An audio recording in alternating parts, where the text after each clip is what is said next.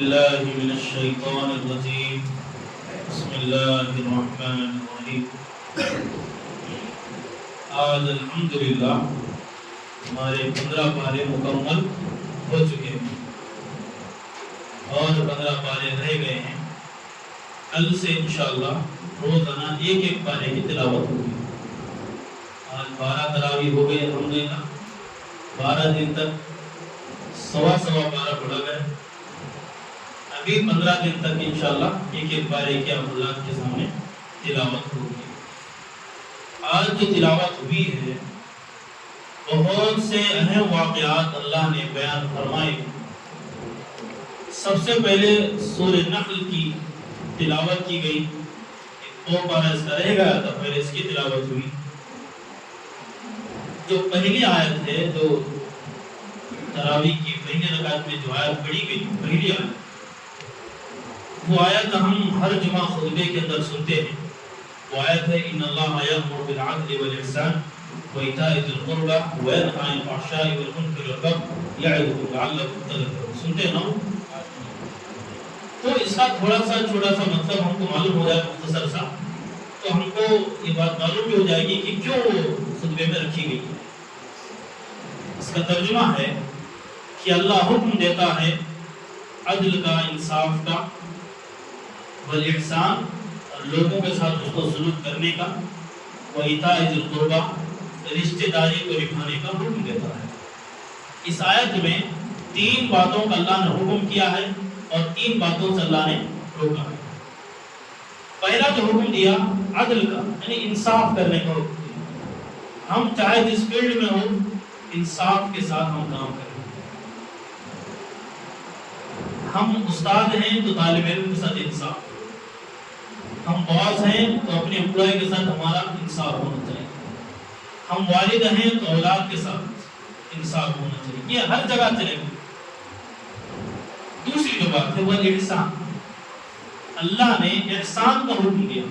احسان کہتے ہیں دوسروں کے ساتھ اچھائی کا معاملہ کرنے کو، حسن سلوک کرنے کو، یہ ہے احسان۔ تیسرا حکم اللہ نے دیا کہ رشتہ داری کو تم قائم کرو، رشتہ داری کو نبھاؤ۔ جو بندہ رشتہ داری کو نبھاتا ہے اللہ تعالیٰ اپنا رشتہ اس سے جوڑ لیتے، اور جو رشتہ داری کو توڑتا ہے تو پھر اللہ اس سے اپنا تعلق توڑ دیتے۔ اللہ ہماری مدد کرے۔ تو یہ 3 باتوں کو حکم دیا اور 3 باتوں سے روکا ہے۔ پہلی بات ہے وَيَنْهَى عَنِ الْفَحْشَاءِ،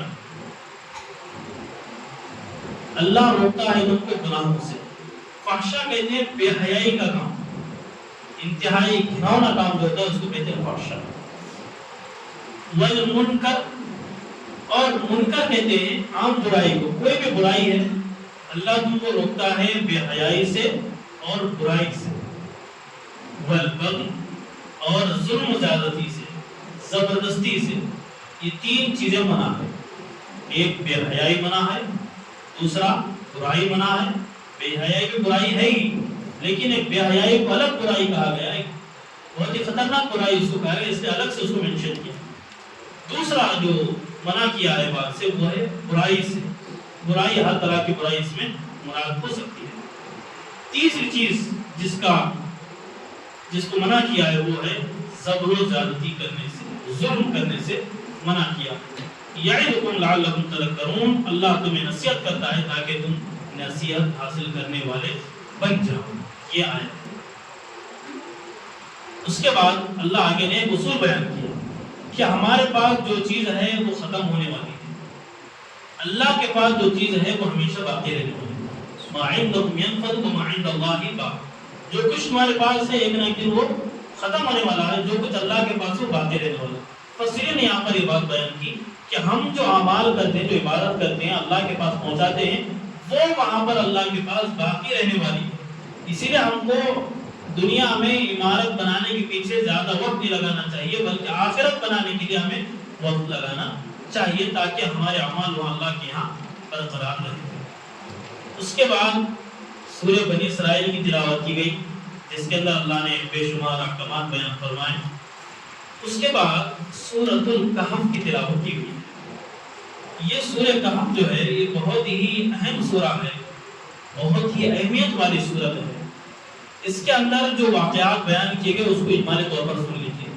سب سے پہلے اصحاب کہف کا اس میں واقعہ بیان کیا گیا، اس کے بعد ان دو لوگوں کا واقعہ بیان کیا گیا جن کو اللہ نے مال و دولت سے نوازا تھا، ایک نے شکر سے کام لیا، ایک نے غرور سے گھمنڈی سے کام لیا، دونوں کا انجام اللہ نے بیان کیا۔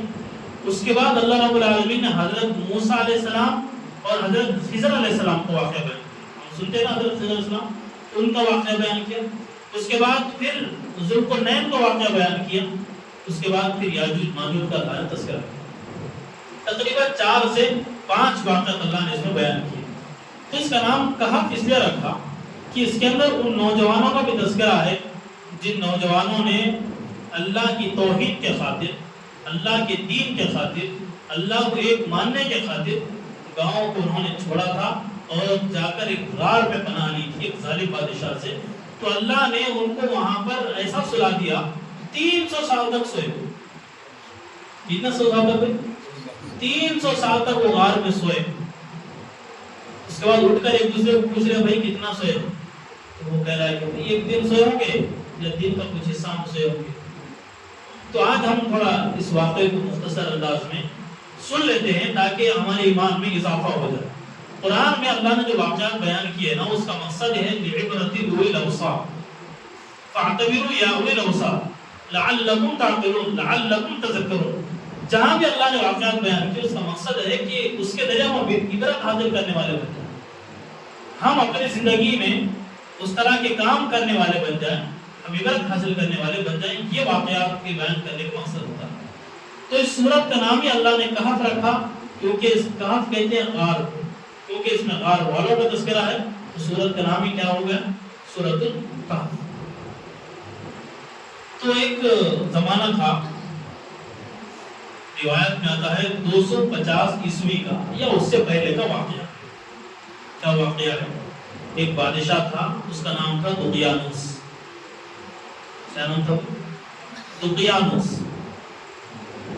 بڑا ظالم بادشاہ تھا اور توحید کا منکر تھا، توحید کا انکار کرنے والا تھا، اور اپنی رعایا کو بھی زبردستی اس بات کی کرتا تھا کہ وہ بھی توحید کا انکار کرے، شرک اختیار کرے، یہ حکم دیتا تھا۔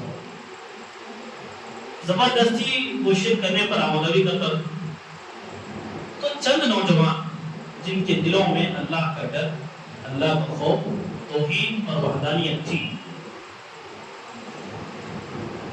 تو ان نوجوانوں نے وہ جو گاؤں تھا وہ گاؤں سے ہٹ گئے۔ روایت میں آتا ہے کہ ایک میلہ ہونے والا تھا جس میلے کے اندر بادشاہ کی طرف سے زبردستی شرک کروایا جا رہا تھا۔ تو ایک نوجوان اس میلے سے ہٹ کر باہر آ گیا، ایک جھاڑ کے نیچے آ کر بیٹھا کہ بھئی میں یہ کام نہیں کر سکتا، میں اللہ سے ڈرنے والا ہوں۔ تو تھوڑی دیر کے بعد ایک اور نوجوان آ کے بیٹھا وہاں پر، تھوڑی دیر کے بعد پھر ایک جن آگے بیٹھا، 3 سے 4، 4 سے 5، 5 سے 6، 6 سے 7 لوگ ہوئے۔ بعد میں آتا 5 تھے، بعد میں آتا 3 تھے، بعد میں 7 تھے۔ تعداد سے ہم کو کوئی مطلب نہیں، ہم کو کانسیپٹ دیکھنا ہے کیا۔ اب ایک دوسرے کو بتانے سے بھی ڈر رہے تھے، کہیں ایسا نہ ہو کہ یہ بادشاہ کا آدمی ہو، جا کر بتا دے بادشاہ کو، مخبری کرتے، جاسوسی کرتے۔ بہت دیر تک بیٹھے تھے، ایک نے پوچھا بھی کیا ہے مسئلہ، کیوں آئے ہو؟ نے کہا بھی ایسا ہے، شرک وہاں پر ہو رہا ہے، اس لیے میں اس سے ہٹ کے آیا ہوں، توحید کو ماننے والا۔ دوسرے نے کہا تمہارا کیا مطلب؟ ہاں بھائی میرا بھی۔ کسی نے کہا ہاں میں بھی اسی لیے آیا۔ اب یہ لوگ بولے کہ بھائی اب ہم کیا کریں، اب ہم کیا کریں۔ اب وہاں پر جب حاضری لی گئی تو یہ لوگ غیر حاضر تھے اس میلے میں، اور ان لوگوں نے مشورہ کر لیا چاہے جو کچھ ہو جائے ہم توحید پر قائم رہیں گے، بس بادشاہ ہم کو زندہ رکھے مار ڈالے ہم کو مسئلہ نہیں، ہم کیا کر لیں گے، ہم ہر حال میں توحید پر قائم رہیں گے، ایک اللہ کو ماننے والے ہیں بس۔ بادشاہ کے دربار میں ان کو لایا گیا مجرم کے طور پر کہ بھئی کیا حال ہے تمہارا، کیوں اس طرح کی تم سرکشی بغاوت کر رہے ہو؟ انہوں نے کہا بادشاہ تم جو چاہے کرو، ہم توحید سے ہٹنے والے نہیں۔ بادشاہ نے کہا اسی بات دیکھو، جلد بازی میں فیصلہ مت کرو، جاؤ تمہارے پاس فلاں دن کا وقت ہے، سوچو جتنا کے بعد آ کے اپنا فیصلہ سنا. تو یہ لوگ چلے گئے. نے کہا بھائی جب ہم واپس فیصلہ سنانے اپنا جائیں گے ظاہر بات ہے ہمارا سر جسم سے جدا ہو جائے گا, اسی لیے بھائی بھاگو یہاں سے. تو اپنے ایمان کو بچانے کے خاطر اس گاؤں سے بھاگے. اب بھاگیں گے تو جائیں گے کہاں بھائی؟ تو وہ پہلے زمانے میں غار ہوا کرتی تھی پہاڑوں, تو غار میں جا کر چھپ گئے. غار میں اب جا کر چھپے تو نیند آ گئی, سو گئے. ساتھ میں ان کا کتا بھی تھا. ساتھ میں کیا تھا بھی تھا؟ کتا بھی تھا. جا کے سو. اب ایسا سوئے 300 سال تک اللہ نے ان کو سلایا. اب یہ جو بادشاہ تھا اس نے مطلب تلاشی ان کی کروائی, کہیں نہیں ملے. لوگ بادشاہ نے آرڈر جاری کیا ان کے نام لکھوائے. رقیم بولے, اصحاب الرقیم بھی ان کو بولے. ان کے نام لکھے گئے دربار میں کہ یہ لوگ جہاں بھی ملیں گے وانٹیڈ لوگ ہیں, ان کو آن دا اسپاٹ کیا کیا جائے گا, مار دیا جائے. یہ وارنٹ جاری ہوا بادشاہ کی طرف سے. وہ نام لکھ کر وہاں پر رکھے گئے. کہاں پر؟ محل. اب یہ لوگ یہاں پر آئے, سو گئے. 300 سال کے بعد اٹھے. اب وہ بادشاہ بھی ختم اور کئی بادشاہ آئے گئے. ایک لمبا بھائی 300 سال بولے تو کوئی معمولی بات نہیں, لمبا 3 صدی گزری ہے. ایک بہت زیادہ نشو و فراز ہوئی, کرنسی بدل گئی. کرنسی بدل گئی نا, کرنسی بدل گئی, فلاں چیزیں ہوئی. اب انہوں 300 سال کے بعد اٹھے. نوجوان جو تھے ایک نے پوچھا قال قائل من کم لبثتم, کتنا سوئے؟ لبثنا یوما او باقی, ایک دن سوئے ہوں گے یا دن کا کچھ حصہ ہم سوئے. کتنا سوئے تھے؟ 300 سال. اور محسوس کیا ہو رہا تھا؟ بس تھوڑے ہی دیر سوئے. قالوا ربكم علم ما لبثتم, میں نے کہا چھوڑو بھائی اللہ جانتا ہے, بہتر جانتا ہے آپ کتنا سوئے. اب بھوک لگی تھی ان کو. ایک ساتھی کو بولے دیکھو بھائی تھوڑا بچا کر, بادشاہ کے لوگ پھر رہے ہیں, ابھی اسی زمانے میں کا سوچ رہے ہیں, بہت آگے چلے گئے. کوئی بادشاہ کا آدمی دیکھ نہ لے, ایک آدمی چپکے سے جاؤ, جا کر کھانا لے کے آؤ, بھوک لگی کھانا کھائیں. تو ایک آدمی پیسے دے کے بھیج. اب وہ شہر میں آیا, آ کر دکاندار کو بولا کہ یہ لو بھائی مجھے کھانا. سکہ دیکھا, بولا یہ تو 300 سال پہلے کا سکہ ہے, میوزیم میں دیکھا تو میں یہ یہاں کیا کر رہا ہوں, اسے خزانہ تو نہیں نکلا, ایسے خزانہ نکلا ہوگا ایسے. پکڑا اسے, ارے کیا میاں تم حاصل ہے پیسے؟ میری جیب میں تھے بھائی, یہ میرے پیسے. نہیں جھوٹ بولے, تم چوری کر کے لائے تو خزانہ نکلا تمہارے. ارے نہیں بھائی یہ کچھ بھی نہیں. ایسا نہیں بول کے بادشاہ کب دے گا. اب جو بادشاہ کا دور تھا نا, وہ بادشاہ توحید پرست تھا, مومن بادشاہ تھا, توحید کو ماننے والا تھا. اب مسئلہ کیا تھا, اس کی قوم بالکل نانجار تھی, وہ توحید کے خلاف چل رہی تھی. اس کی قوم کا اعتراض یہ تھا کہ بھئی مرنے کے بعد انسان کیسے زندہ ہو سکتا ہے. یہ بادشاہ کیا کرے, ایک اندھیرے میں جا کے دعا کرے اللہ سے, اللہ ایسا کوئی واقعہ بیان فرما, ایسا کوئی واقعہ رونما کر دے کہ میرے قوم کو عقل آ جائے, تاکہ ان کو پتا چلے کہ تو مرنے کے بعد زندہ کرنے پر بھی قادر ہے.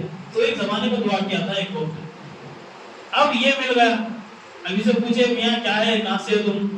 ایسا بادشاہ ہمارے کو وہ کر دیے تھے, ہمارے وارنٹ جاری کرے تھے, اس لیے ہم جا کے چھپ گئے. انہیں بادشاہ کی وہ چلتے ہوئے آئی تھی, اسے معلوم ہوگا ہاں یہ وہ لوگ ہیں کہ اصحاب الرقیم جن کا تذکرہ, جن کے نام لکھے گئے تھے مجرم کے طور پر, یہ ان میں سے. اس نے کہا بھائی بس مجھے اسی کا انتظار تھا, اب میں اپنے قوم کو بتاؤں گا کہ بھئی اللہ سلا کر جب زندہ کر رہا ہے 300 سال کے بعد, تو مرنے کے بعد اللہ کیسے نہیں اٹھا سکتا. تو پھر روایت اب یہاں سے الگ رہتے ہیں کہ یہ ایک آدمی زندہ رہ گیا, باقی مقامات تک پہنچنے تک وہ سب انتقال ہو گئے. الگ الگ ان کی روایت آتی ہیں. تو اس نے قوم کو بتایا کہ دیکھو بھائی یہ 300 سال تک سوئی, یہ سکہ علامت ہے ان کی, اور غار میں بھی ان کے لوگ ہیں, جا کر دیکھے تو سب کے سب کیا ہو گئے تھے, وفات پا چکے تھے. تو بادشاہ نے کہا جو اللہ 300 سال تک ان کو سلا رہا, اور ان کو اٹھنے کے بعد ایسا محسوس ہو رہا کہ ایک دن سوئے یا آدھا دن سوئے, تو اللہ جب اتنا پر قادر ہے تو کیا وہ آدمی کو مار کر دوبارہ نہیں اٹھا سکتا ہو. تو اس نے قوم کو بات سمجھائی, لوگوں کی بات سمجھ آئی.